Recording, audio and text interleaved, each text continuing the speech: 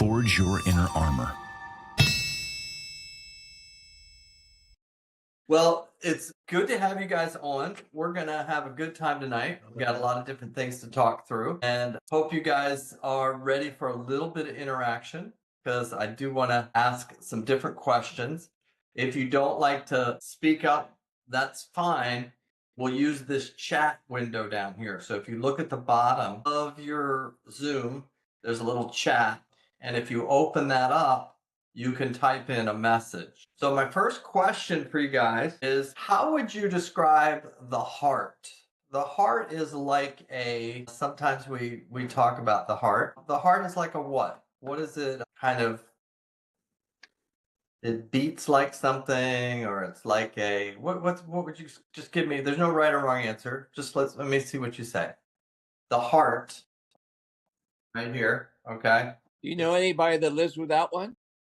I don't. Well, you might not have one, but that's okay. Mine comes in useful about every millisecond of the day. Super important. But our heart is what? Like, what would you compare it to? Heart is like a what? Like it's the engine that keeps us running. Okay, an engine. Okay, we compare it to an engine. Do we get stars after this? Do you rate us on our responses? We can add those to your star count. Okay. It's like an engine. What would you say, like when people talk about the beating of the heart beats like what? What do you think of when you think of the heartbeat? The heartbeat. Somebody said a muscle. Yes, the heart is a muscle, definitely. And that's like a drum. It beats like a drum. How about when you talk about the rhythm of the beat? What do we typically talk about that? So a drum, let's get a couple other things. Muscle, drum, engine. What else do you think of when you think of the heart? Consistency. Consistent. It's very consistent. It's it's always there, right? And it's always beating. Have you ever heard of somebody say it's like a clock? It beats like a clock, or like a metronome. It beats. It has kind of this consistency to it, right? And we have these different ways that we describe the heart that are helpful, but sometimes they kind of simplify something that is really, really profound in how the heart is extremely interactive. Maybe an engine isn't, Claudia said rhythmic. Okay, yes, it's very rhythmic. It has a rhythm to it, right? But it's also with this rhythm, it's in a constant dance with the environment, isn't it? Like it doesn't, sometimes like a metronome and a clock is a real misnomer on the heart, because you just think beat, beat, beat, beat. But it isn't really like that. It has to have the beats, but it's very interactive. It's changing its beats all the time based on what I need physiologically and what the environment is demanding from me. I'll give you an example of something in the environment that may make my heart beat faster. Give me a couple examples. Something in the environment in the chat, type for me. I definitely should be hearing from some staff that are listening in too. A fire, yes, okay. If an alarm goes off almost before I can even, not almost, literally before I can mentally process, which usually it takes those neurons maybe 180 miles an hour. We're responding to the stress, the alarm, the lion, the fire, before we even can mentally process it. Our heart has already got us 2 steps ahead in activating my body through it beating faster and getting ready to pump more blood, right? What are some situations that the heartbeat might slow down? What are some things that may cause it to, in a good way, where it's not beating fast like the lion or the alarm or the stress. What's a time that it might slow down? Meditation, okay? So when I meditate, so there's things that I literally can, good and bad, that either speed it up or even slow it down. Is there anything else where the heart might slow down besides just Sleep. sleeping? Sleeping, if you watch your heart rate through a monitor that you wear, like a Fitbit or something like that, you'll notice, some really low heart rates, right? And you can even train your heart, which is really crazy. Like, I can teach my heart how to beat slower. Sometimes we inadvertently teach our heart how to beat faster through being stressed chronically, but we can really, our heart adapts to different things that we expose it to. So it's very important as we talk through this that we understand that the heart is this very interactive device that's constantly changing. It's not really like a clock. We don't want it to be like a clock. We don't want it on the second hand to be beating because that means low variability, which we're going to discuss. We don't want it to be like a metronome. We want it to interact. And in that interaction is where we develop resilience, is how the heart can interact with the environment. So let's pull up a couple things. Great job to start off. I will ask you more questions as we go through. But let me, I want to pull up an article from a study that we did a few years back. Give me one second. I had it up, but so a number of years back, we took about 300 people. And if you've read Tsunami, you would know about this because it's chapter 4. Speaking of which, if you would like to get Tsunami, a copy of it, please just type in the chat, and or somebody that would benefit from it. Let us know, and Stephanie will work on getting a copy out to you. But Oh, this, great. So we shouldn't ask you. We should ask Stephanie because I've been waiting for my signed copy forever. I told you I'd pay you triple the retail price, and I still haven't got one. So, Stephanie, can you provide me a copy, please, with your signature? Forget Dr. Royo's signature. who is this guy? How did he get a link to our site? Hey, I just heard about you a week ago. This is fun. You are funny. Adi has been with us way too long. You can tell he's very comfortable. So let's talk about this study that we did back in 2017. Okay. And I got to work with a neurologist from Johns Hopkins. He and I were authors on this with a neuroscientist from University of Michigan. But we did this study of individuals with depression and anxiety, 183 children and adults. Okay. And what we worked on was working with the variability of the heart rate variability. Okay. And changing that heart rate variability through something called coherence. And we combine that with neurofeedback, which a lot of you do in the Inner Armor Neuro. But we combine those two over 12 weeks with this group of 183 individuals with anxiety and depression. And we had statistically significant changes in anxiety and depression, not through medicine, not through cognitive behavioral therapy, but through working with their heart and through working with their brain. The other thing that happened was any of the individuals who had issues with blood pressure had statistically significant changes in their systolic blood pressure and hypertension just by working on their heart rate variability, not through beta blocker or some medicine, but by working on improving their heart rate variability with something called coherence. And so this is a great study. If you ever want a copy of it, please let us know. But you'll find out the more you look into the heart, that the heart does more than pump blood, that the heart is almost like a second brain. And the more that we can work with the heart and optimize it, the more resilient we become over time. So, really a cool thing here with how that actually, by working on improving heart rate variability, we actually addressed psychological and emotional issues. So let's look at this one thing, and then I'm going to explain to you about how heart rate variability works and why we do coherence training with you.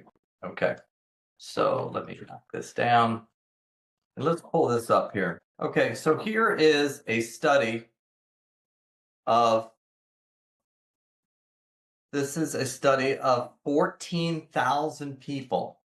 14,000 people. This was done with another group. Okay, but all they worked on was working with the variability, the inherent variability of the heart, and trying to improve that through breathing and coherence over 6 to 9 weeks.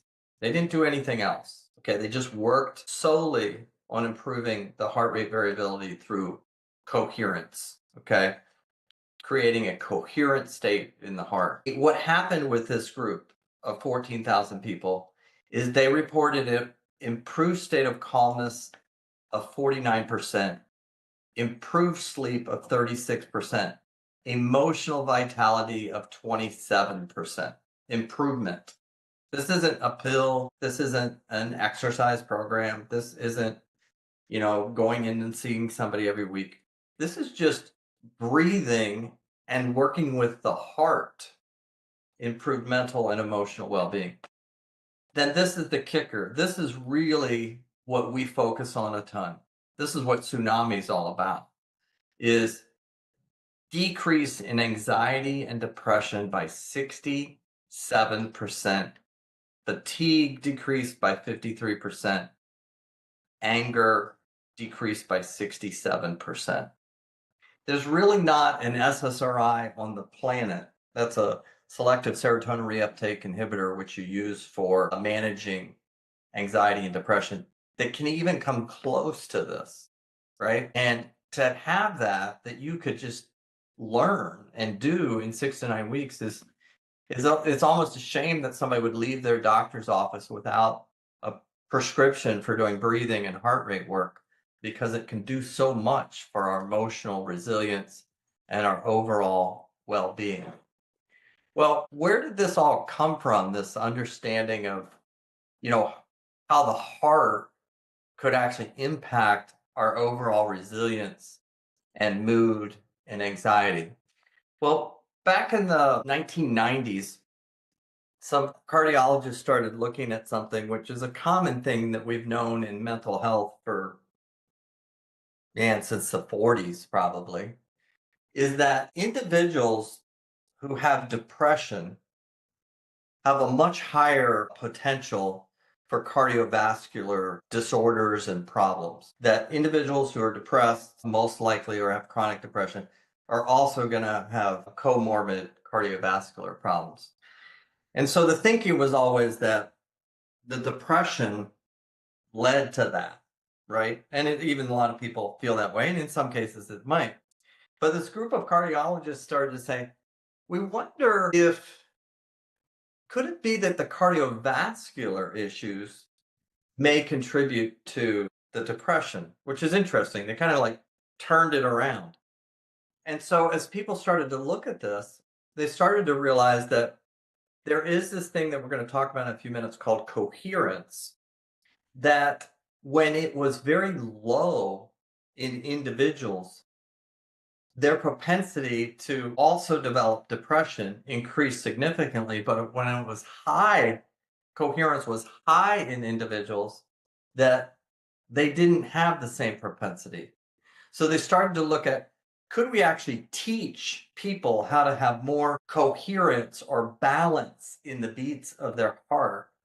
And in so doing, that was the beginning work of what you're seeing here, where we're now reporting 67% improvement in anxiety and depression just by working on the heart through our breathing.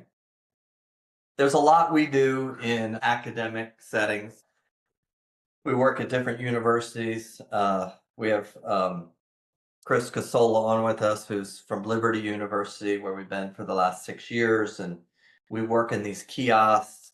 We work at medical schools. We work at Hope College, all these different places, Oklahoma State. And we're working on peak performance. But one of the main reasons we're doing breathing and heart rate is try to help with this anxiety and depression. And it has can have such an improvement on individuals' mental and emotional well-being that we make it part of our performance training. So it's very important for us. Sometimes I say it's kind of, we come in with peak performance as kind of our Trojan horse, but ultimately we're trying to address this issue of anxiety, depression, and heart coherence is the way to do that. So let me talk a little bit. Now let's get into, well, what is heart coherence? And, when I'm doing training, those of you that are doing the resilience side of inner armor, um, what is it that I'm really doing when I'm making this coherence go up? So let's talk a little bit about what coherence is. And in order to do that, we're going to do a little bit of a discussion on heart rate variability. Okay? Guys, hang in with me. As you have questions, feel free to send them, text them in through the chat so that at the end we can answer some questions. I will say that it's always nice to have questions. What's always a real bummer is at the end of a talk when there's no questions, because you're hoping that you answered every question, but you realize you didn't. And so then you wonder, well, how much were people listening if they didn't have any questions? So please send some questions to the chat, because that just helps other people and then helps us understand how well you're kind of understanding what's going on. So if you've seen something like this before, pull this up. Okay. That's an EKG. You're hoping that this is what, if I put the leads on you for your heart, that your heart would look like this. What you don't want, right, is you don't want a flat line. Okay. That's when the heart stops working. I think somebody said earlier, the heart's a muscle and there is electrical current that makes that muscle work, right? And when you look at an EKG, you're looking at that electrical current. We also do the same thing in EEG when you're doing neurofeedback. We're looking at the electrical current. But there's something interesting as you're looking at this. You see these beats that happen, okay, these kind of inflections that happen. Is there something about that you find interesting? If you look at the first section of beat compared to the second section of beat. Okay, so I'm going to ask you to look at this section here and then look at this section here. What do you notice about that? Send me something in the chat, or you can say something. And then also here we got this section here. Okay, what do you notice about those based on our previous discussion about what the heart does? Well, the beats aren't going as erratic. I mean, they're going slower as you go. Yes. Okay, so you see that they're different, right? Somebody said, what did this person say here?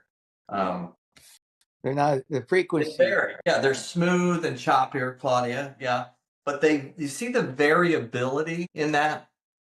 So this is really important to understand about your heart, okay, is that every beat is not the same. They differ. So there's a span that is changing between beats. You see that first beat, and if we run it again, let's run it again. Okay, you see that the distance isn't always the same, right? They're changing. And that is what's intrinsic within the heart, is this variability, this distance. And that's what allows it to be flexible. is the more of this variability that your heart displays as it's beating, the more flexibility it has, which seems kind of weird, right? Like, you mean the more this varies, it's inconsistent, the stronger I am? Yes, absolutely. And that's what's important. So let's take these numbers, okay? Let's take two people. We'll just take a random name that nobody's ever heard of. Adi, okay? So we'll take Adi and then we'll take Tim. Amy. And we're going to take Tim. Okay. So both Adi and Tim, we're going to say have a pulse, a heart rate of 60. Okay. So what we're used to hearing, your pulse is 60. We wear our Fitbit and it says your heart rate average while you were sleeping was 62, right? You go to the doctor's office, the nurse checks your pulse and says, "Oh, that's a good pulse. That's a 58, right?" Or, "Man, your pulse is going pretty fast. It's 110, right?" We kind of lock in on that. Like for Adi and Tim, they both say 60. We're both 60. Now, all that's telling you is that over the average of 1 minute, that your heart had those 60 beats, okay? That average for the minute, it had 60 beats. But what happens if Adi's beats are happening if it's going along, and I'm going to draw this out. His are every second like a metronome. He's beating. And so he does 60 of those. But Tim comes along and he has one distance that looks like that, another distance that looks like that, one that looks like that, one that's shorter, one that's longer, shorter, and there ends up being the same number of beats, 60, but the space between the beats are different. Who do you think has more resilience and whose heart is actually going to work longer? Tim or Adi's? Put it in the chat. Tim or Adi's? Who's got more resilience and has a stronger heart? The one that's beating on the second, like a metronome, like a clock, or the one that has all this variability in it? Put it in the chat. Let's see what we've got. Does it have to do with calmness? No, it does not have to. Okay, and I'll explain what it has to do with there. Okay, so Ian says Tim, Jordan says Tim. Those are two of our employees. So either they live to keep their job tomorrow or they're gone. No, joking. No, of course they got it right. It's Tim, which, intuitively, when I first kind of got into this work, I'm like, man, that seems weird. Like, why do I want all that variability? But think about it this way, is all of a sudden I'm going to come along and I'm going to introduce stress. Okay. So stress comes along in some form or let's say these two play ping pong against each other. Okay. And stress comes in. Okay. The one who's going to be able to handle the stress the better of the two is the one who has this innate variability within the heart. So in really good athletes who recover really, really well, they have massive variability between these beats. So what you'll find is this: I can add the same stress into both of these people, but the one with more variability is going to recover quicker and it's going to turn that stress more into something that strengthens them, versus the other one, it's actually going to be something that's taxing on the heart. Okay. And there's different metrics that you can do to give yourself an HRV or a heart rate variability number. Like, Tim might have a number that equals 80 and Adi might have one that's 30. Okay. But that variability number, the higher that number is, the stronger it is. One of the highest recorded variabilities that we're aware of was Lance Armstrong. Now, whether that came through doping or what, but he had such variability that he had some beats that over the 60 seconds that if you span them out would have been 90, and he had some beats that would have been 30, giving him an average of 60. But he had such high variability that what he was known for is when he climbed mountains on his bike, that he'd be head to head with somebody and then he would just keep going and going and they would be falling off. Well, with that higher variability, you were adding the same amount of stress, but his heart was able to expand into these reaches because of this variability. Okay. So we want more variability. Let's go ahead and we're going to add 2 more things and then we'll be done with this, but I want to explain how our program helps with this. Okay. So let me stop that and let's go here. And okay. So when you typically look at these variabilities, I'm going to look at them like stair steps. Okay. So they're going to be longer variability, and then they're going to stair step up longer, and then they're going to gradually get shorter, shorter, shorter, shorter. Then they're going to come down, and the stair steps or the beats are going to get longer. Okay. Now, typically in what we're trying to do with coherence, so coherence is there a way that I can make this side of the fast beats equal this side of the slow beats? Okay.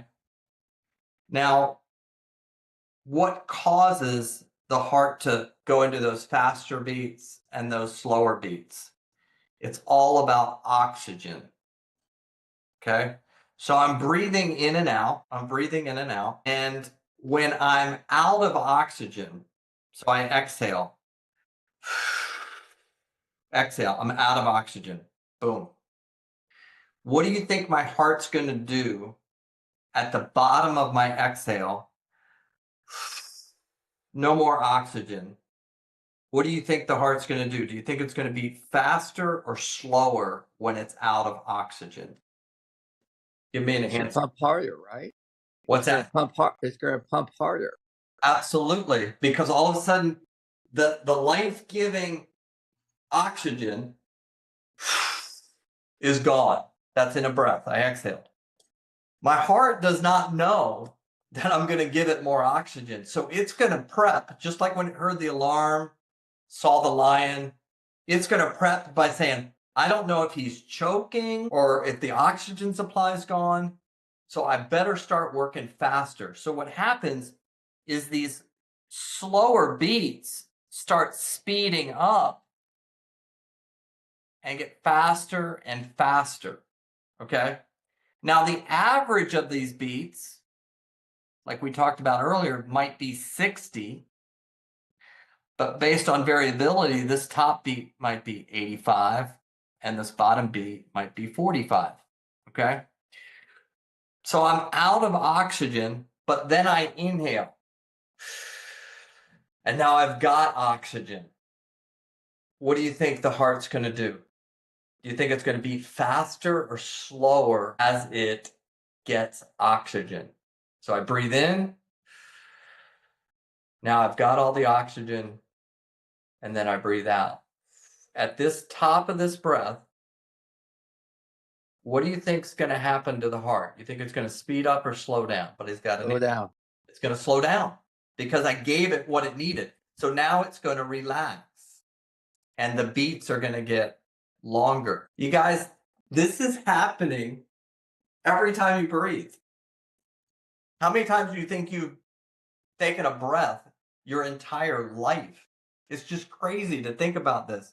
And the heart isn't just beating like a metronome or like a clock, it's in time with your oxygen because it needs that oxygen to get into the blood system to keep you alive. When we talk about oxygen saturation in your blood, that is how much oxygen I'm getting in to keep the oxygen saturation at 90% or 98% or higher. If it goes below 94%, cells start dying. At 88%, you qualify to wear a nasal cannula and get supplemental oxygen because you'll die over time. Like when you've seen people who need to use oxygen, it's because they're not getting enough oxygen in and the blood's not getting saturated enough. And if you remember back during COVID, we were doing a lot of oxygen saturations. And that was because oxygen is so important to how the heart works. And the heart is trying to keep it saturated, the blood saturated with all this oxygen. So it is variably like the machine that was said earlier. It's like this machine that's adapting almost like a thermostat to whatever the oxygen's doing. Okay. And it moves and alters that. So in the study that we did and the 14,000 people where they improved their overall anxiety and depression, what was happening there was creating a balance between all the upbeats and the downbeats so that they would equal each other. Stress is going to happen. Your heart is going to experience stress because you're going to be without oxygen. But then the heart is going to recover when you give it oxygen.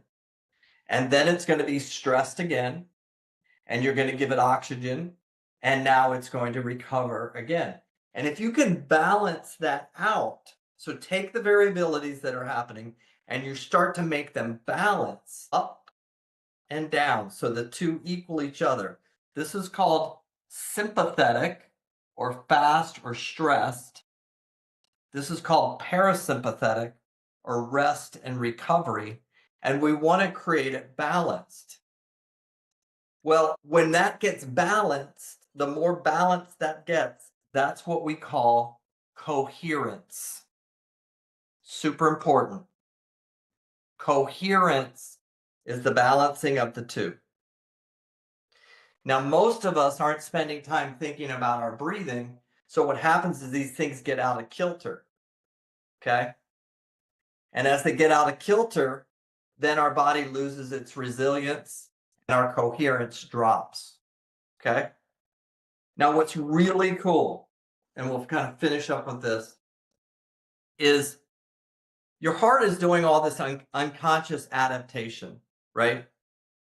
But you've been given this miraculous thing of breathing that can literally control the upbeats and the downbeats of those variable beats and even it out. Inside of you, you have this ability. There's not a drug that does that. There's the ability to control the flow of oxygen so that we can create this coherence. So if I was to take, let's draw this here. Okay. So normally, let's say somebody's breathing in and then they're breathing out. They're breathing in, out, breathing in, out. Maybe they're deciding to hold their breath a little bit, breathe in and out, and then breathe in, out. This is how the average person breathes. Okay. And the average person breathes around 12 breaths, 13 breaths a minute with a consistency of breath of about 2.5 or 3. Okay. So that is what the average kind of oxygen flow into the heart is. So then what happens is I want you to imagine it this way. Use your imagination here. Let's see this thing as a tube. Okay. So I'm going to connect the tops of the breasts. Okay. Like this. And imagine this is a tube. Okay. Here's one end of the tube. Here's the other end of the tube. And here's I'm going to connect the bottom ends of the breath. Okay, so imagine that's three-dimensional, that's a tube. What would you say about that if that was going to your engine and that was your gas line? If that was fuel going down that tube to your engine, okay, can you kind of see that? Because it's going down there, that's the supply. What would you say about that fuel line? Is that a good, consistent fuel line? No, it's got all these kinks in it. And so at the end, my engine in my car, if that was gas, wouldn't function very well because the fuel line isn't good. Our fuel line is our breathing. And when our breathing looks like this, do you know what our heart does? Is our heart works harder because we're not controlling the variability. When we breathe this way, think about this. When we breathe this way, up, down, very consistent, okay, at 6 breaths a minute. Why it works that way, I have no idea. But it's something about this. I mean, there's somebody out there that knows that, but I don't. Why is it so perfect? It was like this gift given to us that if you take the time to breathe and you make it consistent and you focus on it at 6 breaths a minute, look what it does to my fuel line. Imagine the same thing again. Bottom, top, see it kind of three-dimensionally. The oxygen is flowing through, right? And it's flowing through evenly. And that evenness starts to create the upbeats and the downbeats and that coherence. And it's the coherence that changes lives. So why do we focus so much on your 8 minutes today of breathing? And if you're not doing the resilience program, this is something that we do in resilience that we love for you to keep working on, which is this breathing, is to create this fuel line so we can create more coherence, which makes us more resilient. Good breathing like this for 4 minutes can last up to 3 hours on your nervous system, creating more of a calm, steady state. Okay, I've run out of time. Hopefully you learned some things. Questions. I asked you guys to do some questions for me. So let's see how we did on the questions. Let me see. Any questions? Do I have any questions? How long would I need to train to see results? Okay. So I have seen, this is very interesting because we're doing a project, or we're talking about this project at Oklahoma State and looking at resilience. And they were actually asking us within one session, could you see changes? And we're saying no. But then I started thinking, yes, we do see changes. Actually, they were saying any type of change, not 50%, but could you see 5%, 10%? I said, yeah, you actually see that by just teaching somebody how to breathe. And so they're just by changing your breath, you will see instantaneous changes in your coherence. But we want you to be able to hold your coherence up into the 90s, where we can balance this way over and over and over again. And that's going to take about 3 weeks, 3 to 4 weeks of some pretty good diaphragmatic breathing if you're a moderately healthy person to be able to do that. Good question. Any other questions about today? Okay. Well, it was delightful to have all of you on. What a wonderful group. The take home is breathe. Take the time to breathe. It doesn't cost you anything. Okay. And it's really the most precious gift you have. If I took it away from you for about 4 minutes, you'd probably give up everything you have just for one more breath, right? So it is one of those things that we take for granted, but if we manage it well, it can do wonders for our heart, for our brain, for our immune system, for our sleep, and the list goes on and on. Okay. Great. I see all the stuff. Thank you guys for attending, and we'll see you next month. Okay? Great. Thank you, Doc. Yeah. Thank you. See you guys. Yeah. Bye-bye. Forge your inner armor